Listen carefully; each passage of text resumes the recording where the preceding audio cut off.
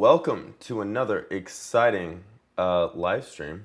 Today we're talking about the Charlotte airport, and specifically, we're going to be talking about why Charlotte is the seventh busiest airport on Earth, if you didn't know, for takeoffs and landings, and is running on a footprint built for only a fraction of that. So we're going to break down the $4 billion investment that is being made into the airport, what that means for you, what that means for the future of the airport and the region, and let me look through my notes here. Also,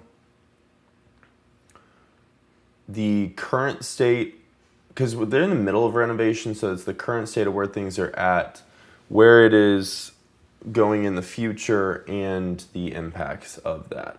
Plus, for the investments that's being made, does it look like the plans were over-engineered, under-engineered, or appropriately engineered for the explosion of population growth that we're seeing? So if you are thinking about moving here, you will find out by the end of this whether or not Charlotte's going to be an airport that you can comfortably fly out of in the near future and the far future.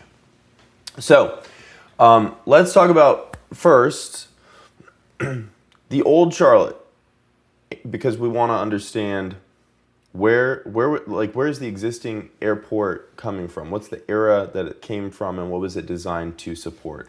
Because at least today, again, if you didn't know, Charlotte's airport is the seventh busiest on Earth in terms of takeoffs and landings, and I think that's pretty cool. But the downside is it is running on a footprint that was built for only a fraction of that. So, what's wrong? Charlotte has outgrown itself in many respects. We recorded 58.8 million passengers in 2024 and still 53.6 million passengers in 2025, which was the second busiest year ever. And again, it's the seventh busiest in the world with 574,193 takeoffs and landings as of last year. And so it's the American Airlines hub. 90% of the traffic in CLT is coming from American Airlines and the affiliates. It is American's second largest hub. Let me fact check that. What is American Airlines' largest hub? Yeah, DFW is its largest hub. Charlotte is its second largest hub. And it is a connection hub as well, not necessarily a destination airport, with 70 to 75% of passengers never leaving the terminal. Now, I love living in connection hubs personally because I lived in Atlanta for a while, and I think it's pretty dope. You can get direct flights just about anywhere. It makes it very, very convenient to be able to fly anywhere that you need to. But in terms of the strain on the airport, there's a lot of traffic that's going through there that may not, it's not maybe. It is not local. It's not people coming and going. And actually, I think that's kind of a plus, because since the lobby, the concourses, the airfield, sure, they design it for the traffic that, the people that are actually going to use it. Because all the amenities and facilities are so large, in some respects, I think it's one of the easier airports to fly out of as well, just because, especially with some of these expansions, it is able to accommodate a lot more traffic than they necessarily have today. So, Destination CLT is a $4 billion capital program from the 2017 master plan that was phased to complete by the end of 2027. So we're actually coming up on the completion of it. Let me see if I can get you something to look at here.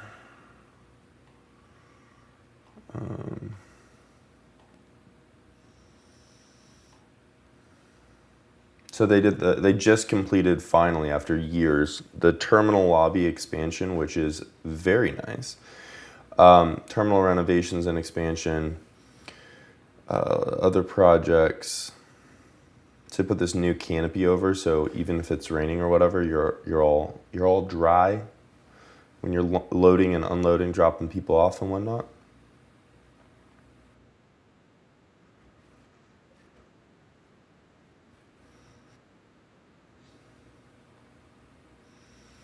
Let me see if I can. Oh shoot, I'm not screen sharing. Here we go.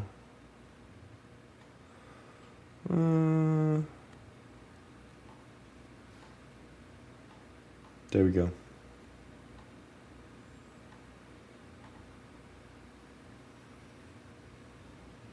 Wait, I muted it.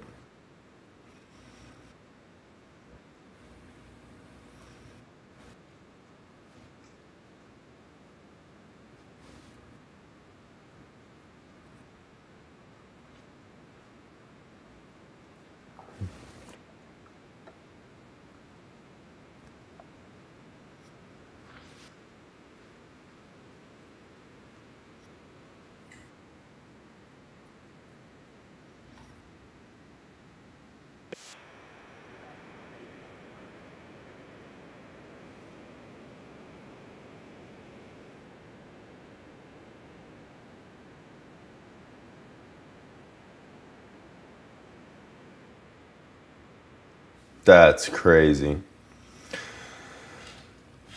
I will say the old lobby felt like it was from the 80s. But the new one's cool and appropriately sized.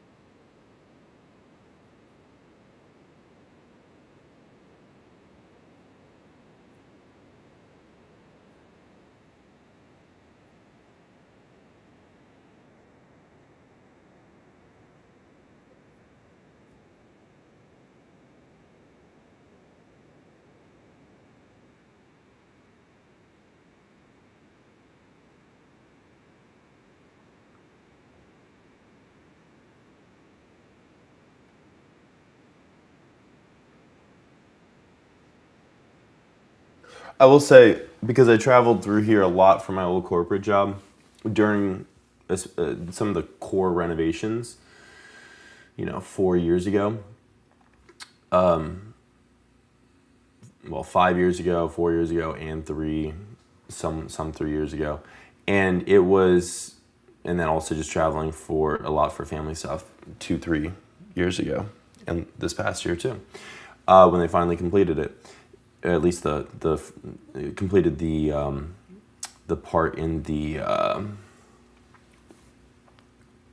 lobby expansion, and it was definitely inconvenient, but they did a pretty good job managing. For how much was being done, they did a pretty good job managing it.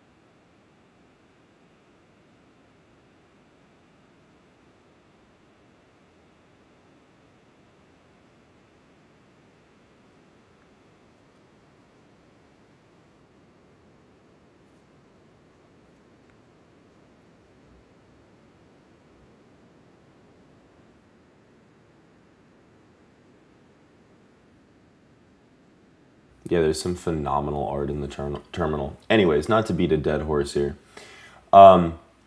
So they've invested $4 billion to do all of these renovations across the lobby, the concourses, and the airfields all at the same time. And at this point, I mean, I don't think it's that bad because, especially with these renovations, we are now prepared for the volume of traffic that we currently have versus being really, really undersized previously. And also, Charlotte has over 170 nonstop destinations. About 41 of those are international, and a city of our size wouldn't get a fraction of those otherwise if it wasn't such a large airport hub. And the airport as a whole drives roughly $40 billion in economic impact across the Carolinas and 167,000 jobs in North Carolina, many of which I've seen because like I have clients right now that are moving up here for jobs at the airport from other places, including Florida. So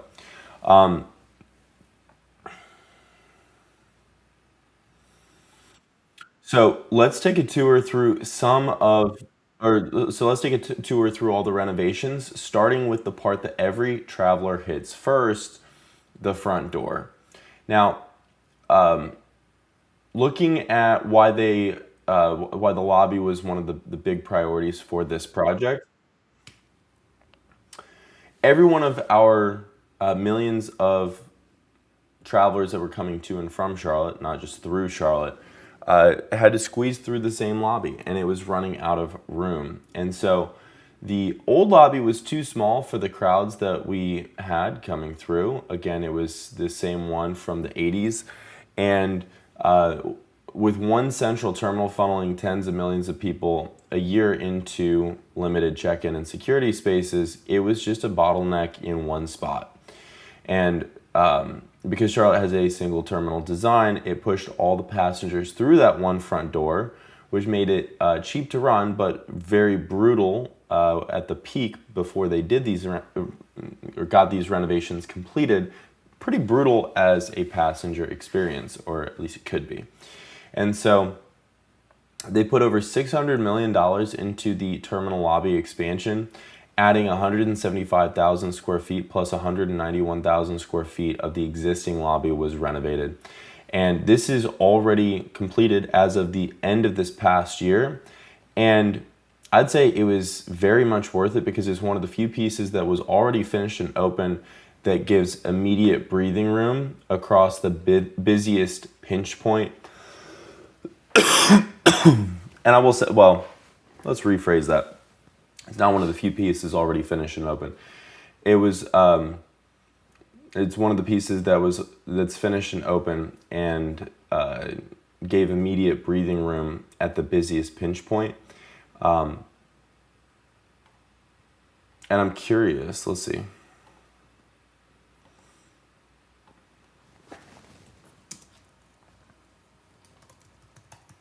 Let's see, progress. I'm curious. So terminal lobby expansion is completed. Concourse A expansion is completed, which added 10 gates, 200,000 square feet, and significant capacity, including a Delta Sky Club.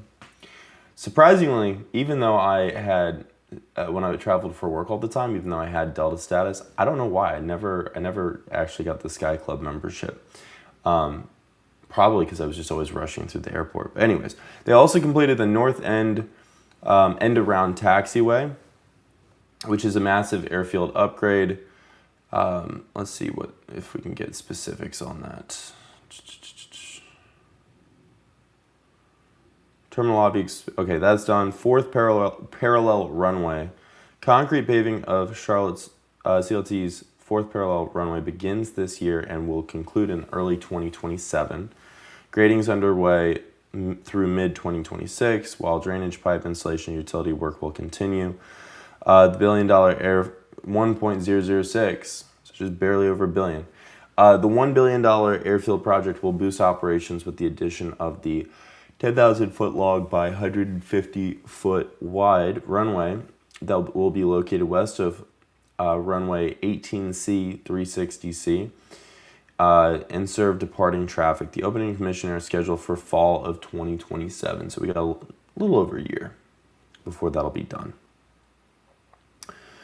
Terminal renovations will remain underway for concourses D and E. Okay, so these are things that are still on the to-do list that are not complete yet. Okay, yeah, so the lobby is completed as of September 2025, and it is one of the pieces that's already finished, open, and makes the first impression of the passenger experience in CLT a lot easier, a lot nicer. Bigger lobby means nothing if the planes can't land fast enough. So let's talk about the next section, which is the runway ceiling and why they are investing $1 billion in another strip of concrete. So Charlotte's spending $1 billion on a single strip of concrete, and it might be the most important piece of all, even though it may be one of the pieces you don't even necessarily realize is there. So why does CLT need a whole new runway? Well, because of it being a hub, we have so many flights arriving and leaving in tight banks or big waves all at once. And the current runways cap how many can land together.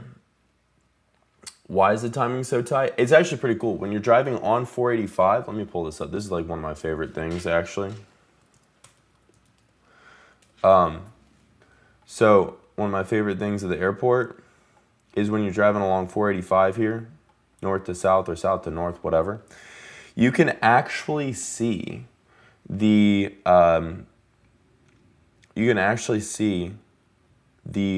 planes coming into land because there's like a line of them, coming into land or taking off. So you can see a line of them approaching or leaving. It's pretty cool because they're running parallel to the highway there, right? And so it's just like when you look up into the sky, they're all like right next to each other. I don't know if that makes sense, but it's like, one and then another, closer. It's pretty cool. Anyways, so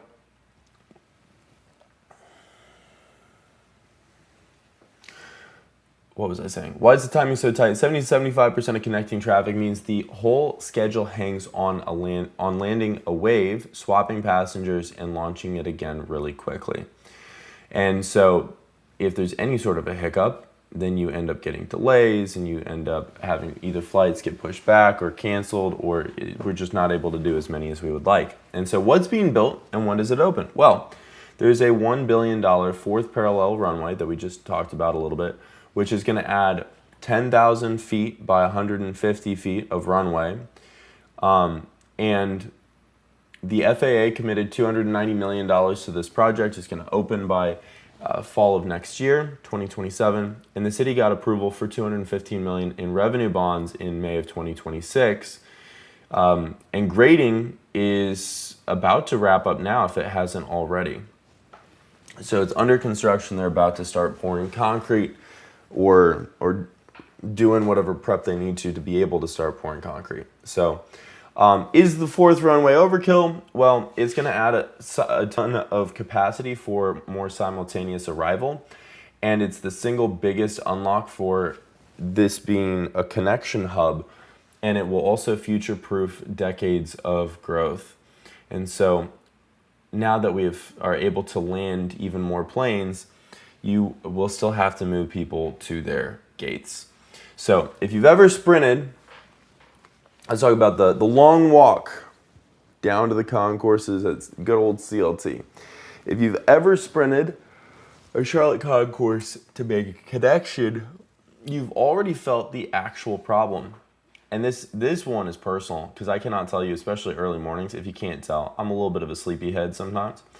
And sometimes I have early flights. And some of the concourses are insanely long.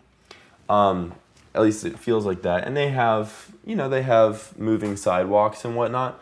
But if you have a tight connection, and you got to go between gates on different concourses, you're going to have a long hike. You're going to get your steps in. You're going to be jogging for a while. And so the existing concourses were maxing out for the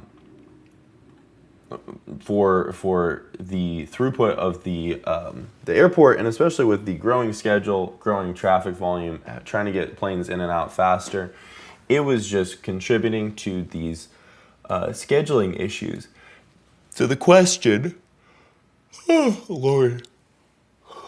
So the question you may have is, why is there so much walking here? Well, a hub has to physically connect every gate to every other gate quickly. CLT's concourses grew piecemeal over decades instead of through a singular, and here I'll show you the different concourses. Just to put this in perspective, because this might also help really drive the point home. Let's say you got like the worst case scenario, right? Which I think this might be the international one if I remember. Concourse A.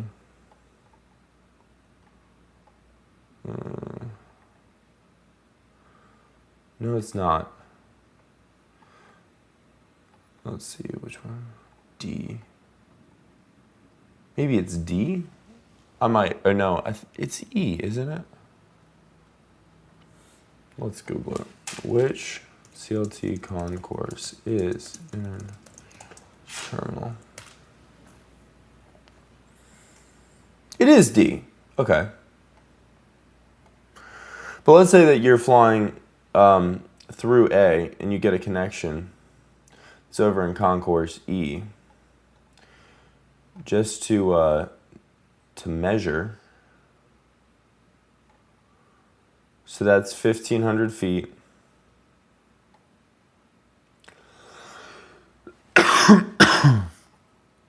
We'll call it another 15 and another 17. So that's like a mile of walking. Easily. If you're going from one end to the other, that is what I call a hike, ladies and gentlemen. So,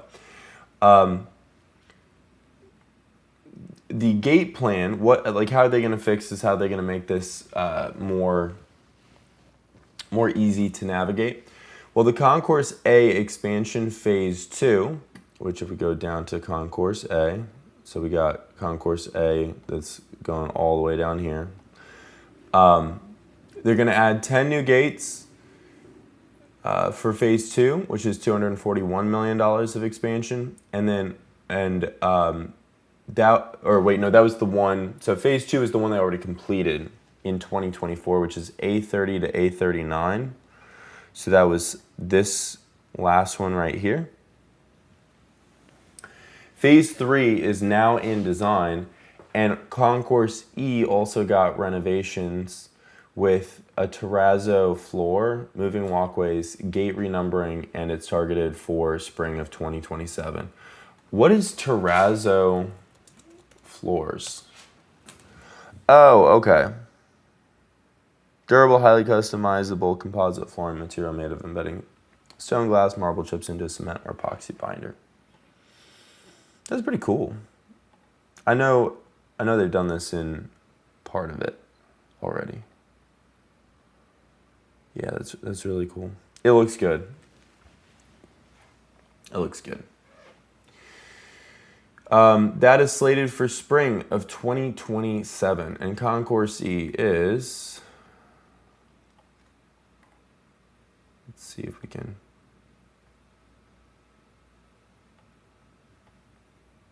so this is like terrazzo floor right now. I didn't know that's what that was called. I always wondered what it was.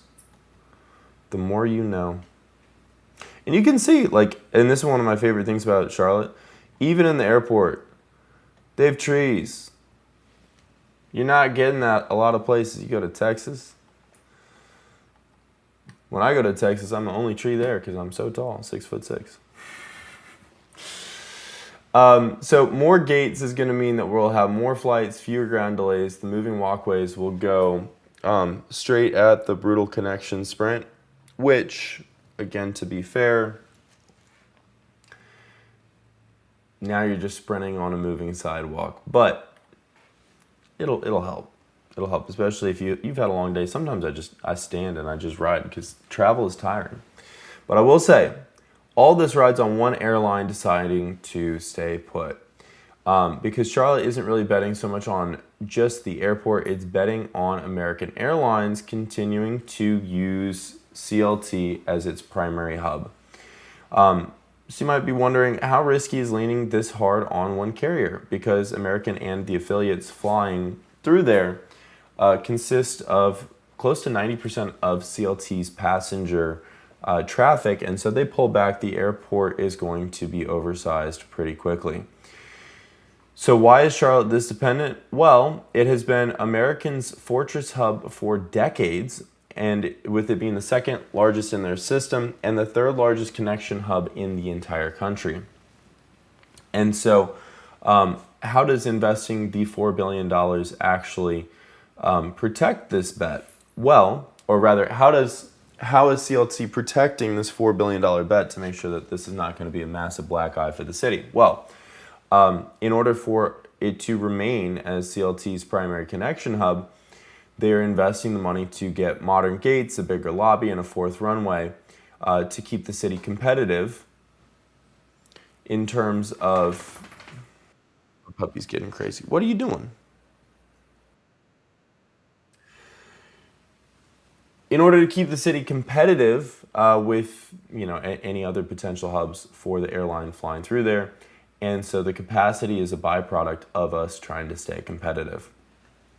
Now, to be fair, as much as Charlotte needs American Airlines, because of both the geographical location and the built-in hub makes it expensive to ever leave. And I will say too, like if American were to ever leave CLT, there are other airlines that would love to use CLT. Now, they won't necessarily have the same flight volume currently that American has, but I really don't know where else American would be able to go, because there's just very few cities in this part of the country that have... It's like if you want something central eastern US, your options are Atlanta or CLT. That's your only options. And so just as Charlotte doubled down on the bet, the numbers blinked. Let's see. Now, what makes this a little bit scary is just as Charlotte was doubling down on their bet for American Airlines, we started to see traffic numbers pull back. So right after Charlotte committed billions, passengers started to disappear. So is Charlotte building for growth that already stalled? Because in 2025, we saw just 53.6 million passengers, which was down 9% or 5.2 million passengers from the record year of 2024 with 58.8 million passengers. So why did the numbers slide? Airport leaders are calling it a market correction after 2 unusually strong years, and airlines reshuffled networks and travel patterns shifted. So does the plan still make sense if growth continues to wobble? Well, the $4 billion plan is built on decades of capacity, not 1 year's count. And so the projects are phased through 2027, not all at once, which again, 2027 is almost upon us. That means we got about 18 months left. It's not that much. But, and this is the key point, we are catching up on our needs for additional capacity after, decades of not having it. And so is a dip actually dangerous? Well, 53.6 million was still the second busiest year on record. And so down here means down from an all-time peak, not a collapse of traffic. And so shrinking or not, the people who live here are going to ask another question. Let's try that again.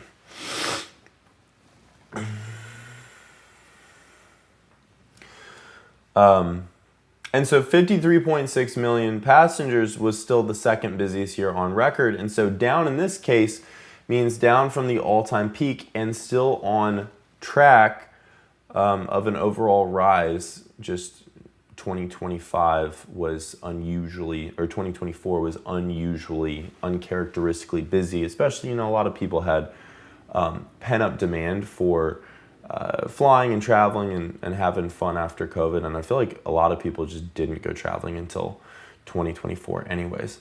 So whether or not let's go back to the map here.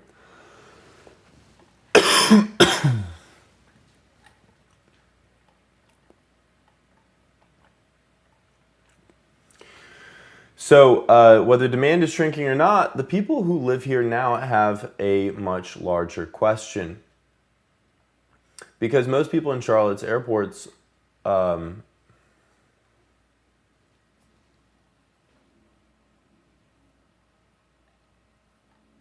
retry that. So shrinking or not, the people who live here have a sharper question, which is, what is the cost and the benefits for locals? Because most people that are coming through the Charlotte airport aren't from here. And so what's in it for the people who are from here, who do call Charlotte home? Well, does the $4 billion investment on connecting passengers actually help locals? Because again, 70 to 75% of traffic just passes through. And so there are some critics that ask, what are residents going to get for years of construction and disruption and municipal bonds and all that? Well, the hub model is organized around connections and not just local trips. So the headline projects serve the network first. I'm not sure what that means exactly. I can guess what that means, but that's not. Let me try that again.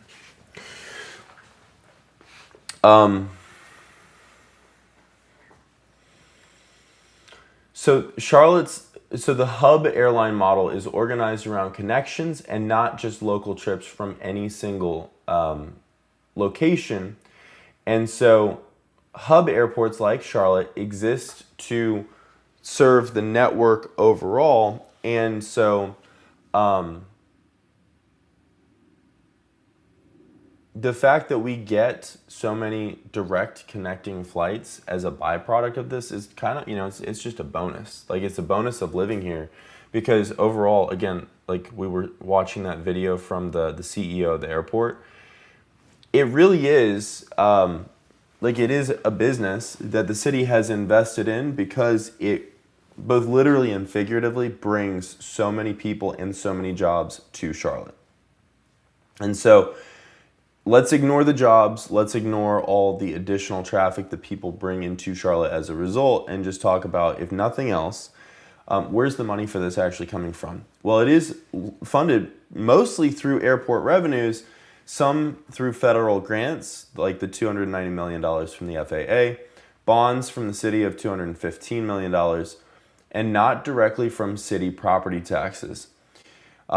And so what exactly is the real local payoff here? Well, the connecting volume is exactly what funds over 170 plus nonstops for, I won't say funds. The connecting flight volume is exactly what makes it possible that we have 170 plus nonstop flights for anybody that actually lives here. And also the airport as a whole gives us roughly 5% of the entire state of North Carolina's GDP.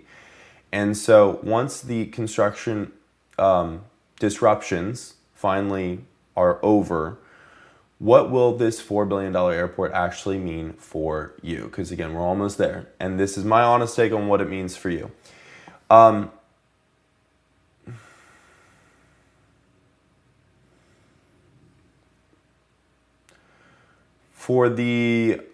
looking through my notes here. Who does this $4 billion bet actually help? Who does it not? And what is the one date that's going to tell you whether or not this is working? So if you are moving to Charlotte, you're thinking about calling this place home, buying here, making a life here. The growing network of global flights and all the nonstop flights, I think, is a hugely underrated. I don't remember exactly what I was trying to say here. Greater quality of life draw in most cities. Oh yeah. It is very rare to have 170 plus nonstop flights. Really, there's only a handful of regions or a handful of metros in the U.S. that are going to give you that kind of an amenity if for the city. And I think it's a hugely underrated quality of life draw, because especially if you have the means to go on vacation, or if maybe if you don't have a ton of means, if you want to be able to visit family or go on vacation, getting direct flights from Charlotte, it's so much cheaper. It's so much easier. Having an quote unquote oversized airport makes it so much easier to travel. And I've seen, just since I visited for the very first time 5 years ago, the airport has gotten so much easier to navigate, and the continued investment, especially over this next 18 months, is going to make it only easier and easier to navigate. If you own a piece of Charlotte, if you are a homeowner here or aspire to be a homeowner here, I've personally seen, like where I live, my immediate neighborhood around me, because I live a little bit north of the airport, about 10 minutes north of the airport, I have seen so much investment flood into this area as a result of the continued investment in the Charlotte Douglas Airport. I've had roommates here that work for American Airlines. I've had friends that have moved to the city because of American Airlines. I actually have clients right now that are moving to the city because of jobs that are being created here at Charlotte Douglas International Airport.